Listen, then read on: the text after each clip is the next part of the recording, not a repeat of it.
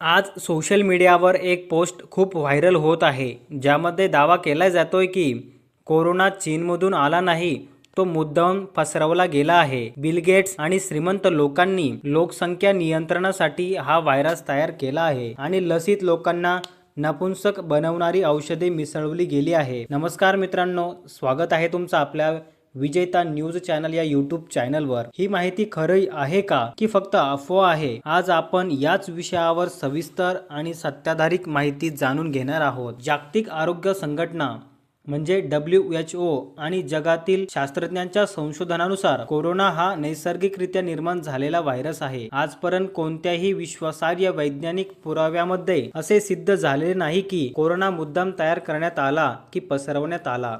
हा व्हायरस लोकसंख्या कमी करण्यासाठी बनवला गेला, हा दावा पूर्णपणे आधारहीन आहे। सोशल मीडियावर असं सांगितलं जातंय की एप्स्टीन फाईल्समध्ये कोरोनाबद्दल मोठा खुलासा झाला आहे, पण सत्य हे आहे की एप्स्टीन फाईल्सचा कोरोनाशी काहीही संबंध नाही। त्यामध्ये बिल गेट्स यांनी कोरोना पसरवला असा कोणताही पुरावा नाही।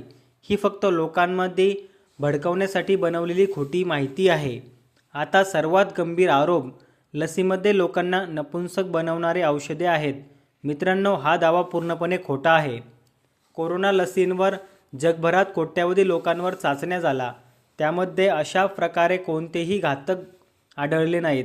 लस ही लोकांचे जीवन वाचवण्यासाठी तयार केली गेली नाही की लोकसंख्या कमी करण्यासाठी। आजच्या डिजिटल युगात कोणतेही पोस्ट, फोटो किंवा मेसेज पाहून लगेच विश्वास ठेवू नका। कोरोना लस आणि जागतिक राजकारणावर याबद्दल अनेक अफवा पसरवल्या गेल्या, पण वैज्ञानिक पुरावे वेगळेच सांगतात। म्हणून अधिकृत स्रोतांवर विश्वास ठेवा, अफवांवर सावधान राहा, चुकीची माहिती पुढे फॉरवर्ड करू नका। जर तुम्हाला ही माहिती उपयुक्त वाटली असेल, व्हिडिओला लाईक करा, चॅनलला सबस्क्राईब करा आणि अशाच जास्तीत जास्त माहिती बघण्यासाठी आपल्या चॅनलला जरूर सबस्क्राईब करा। भेटूया अशाच एका माहितीपूर्ण व्हिडिओमध्ये, तोपर्यंत धन्यवाद।